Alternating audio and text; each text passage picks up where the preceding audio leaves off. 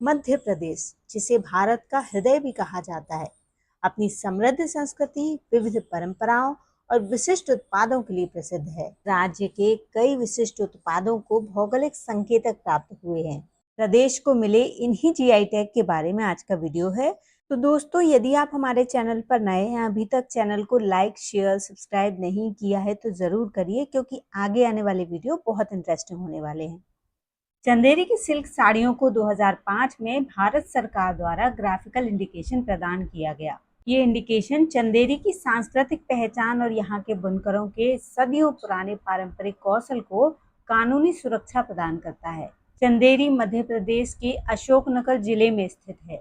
GI tag ये सुनिश्चित करता है कि केवल इस विशेष क्षेत्र के कारीगर ही प्रमाणिक चंदेरी नाम के तहत अपने उत्पाद को बेच सकें, जिससे जालसाजी रुकती है।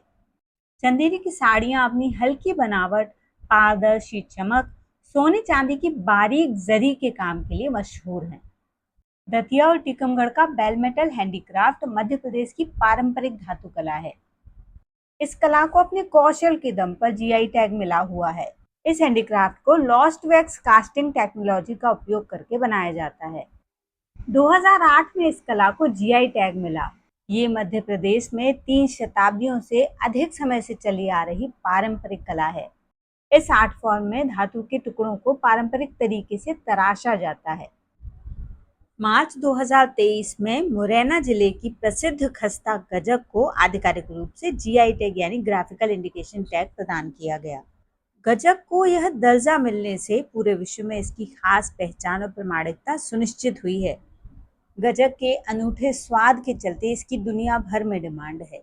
सर्दी के सीजन में इसकी बिक्री कई गुना बढ़ जाती है।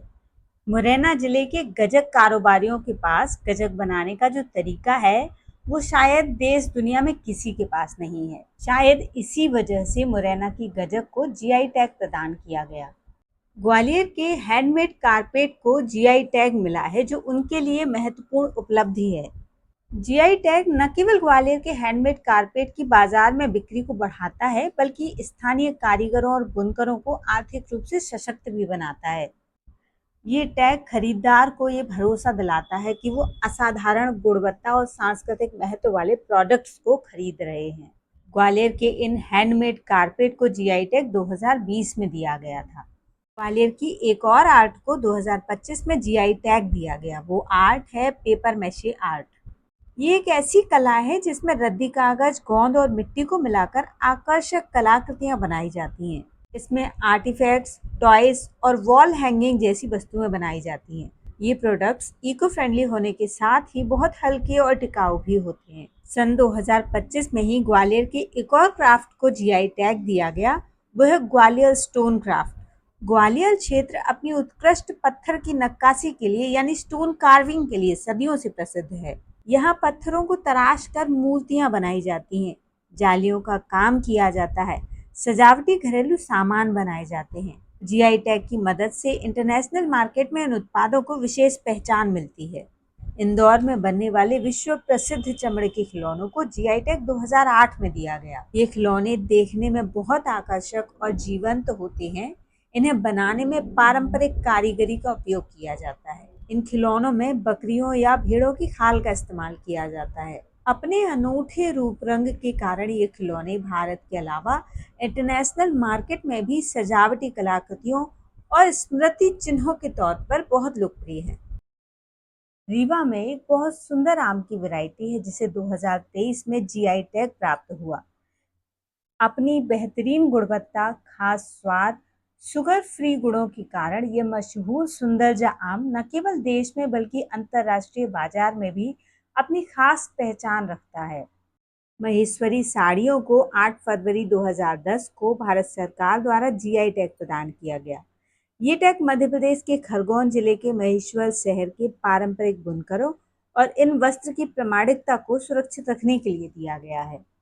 उज्जैन की प्रसिद्ध बटिक प्रिंट को जीआई टैग 2023 में प्राप्त हुआ।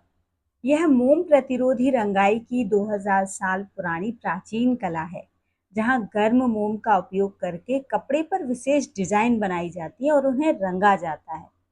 कभी आपने सोचा कि गेहूं को भी जीआई टैग मिल सकता है? जी हाँ, वो गेहूं है सीहोर का सरबती गेहूं, जो अपनी सुनहरी चमक और भारीपन मीठे स्वाद के लिए भारत की सबसे प्रीमियम किस्म है।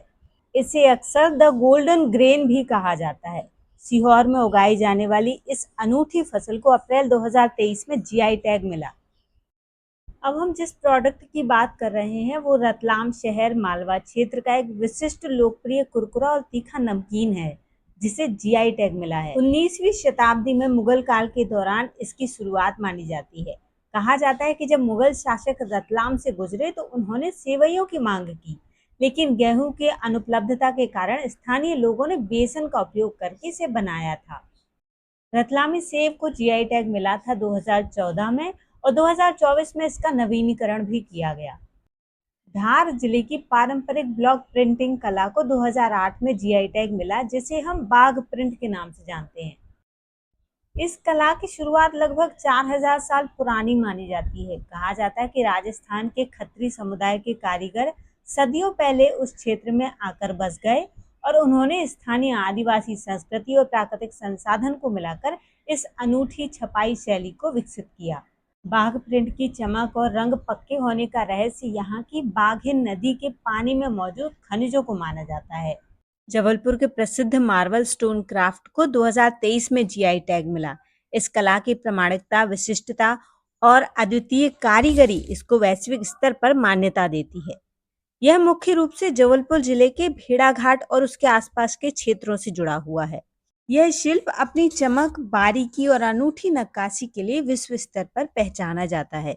भेड़ाघाट के आसपास संगमरमर का यानी मार्बल का नरम पत्थर मिलता है, जिससे यह नक्काशी करना बहुत आसान हो जाता है।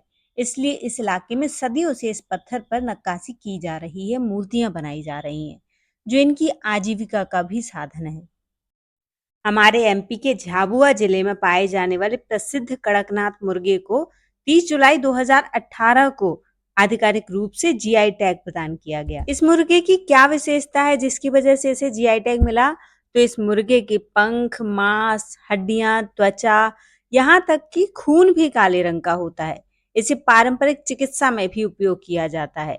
इसमें आम मुर्गों की तुलना में अधिक प्रोटीन होता है और बहुत कम कोलेस्ट्रॉल पाया जाता है। साथ ही इसमें आयरन की मात्रा भी बहुत अधिक होती है।